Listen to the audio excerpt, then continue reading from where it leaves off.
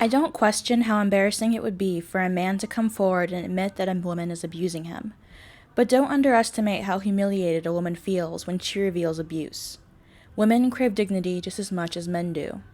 If shame stopped people from coming forward, no one would tell. Lundy Bancroft. We propose that women's current psychology is actually a psychology of women under conditions of captivity. That is, under conditions of terror caused by male violence against women. In fact, the conditions of women are conditions of slavery. We also propose that no one has any idea what women's psychology under conditions of safety and freedom would be like. We propose that a psychology of women under conditions of captivity and slavery is no more natural for or intrinsic to women in a genetic or biological sense than a psychology of wild animals in captivity is natural for them. D. L. R. Graham.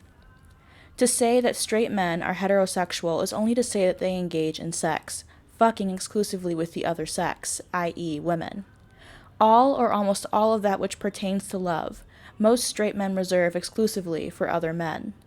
The people whom they admire, respect, adore, revere, honor, whom they imitate, idolize, and form profound attachments to, whom they are willing to teach and from whom they are willing to learn, and whose respect, admiration, recognition, honor, reverence, and love they desire, those are, overwhelmingly, other men.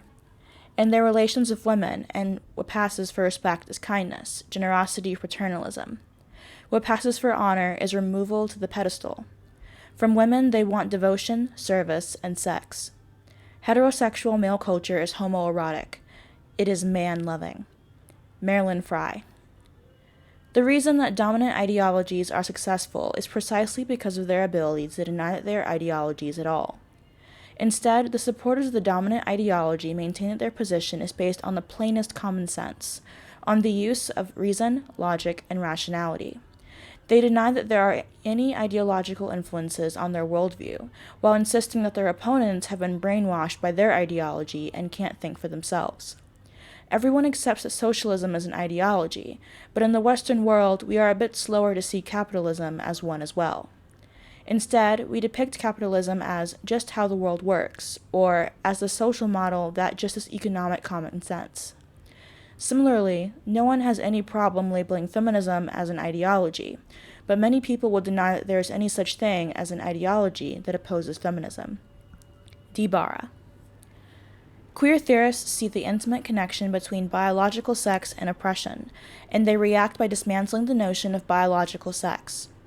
Feminists see the intimate connection between biological sex and oppression, and they react by dismantling oppression. That's the fundamental difference between liberals and radicals. One sacrifices truth to avoid confronting power, and one confronts power to avoid sacrificing truth.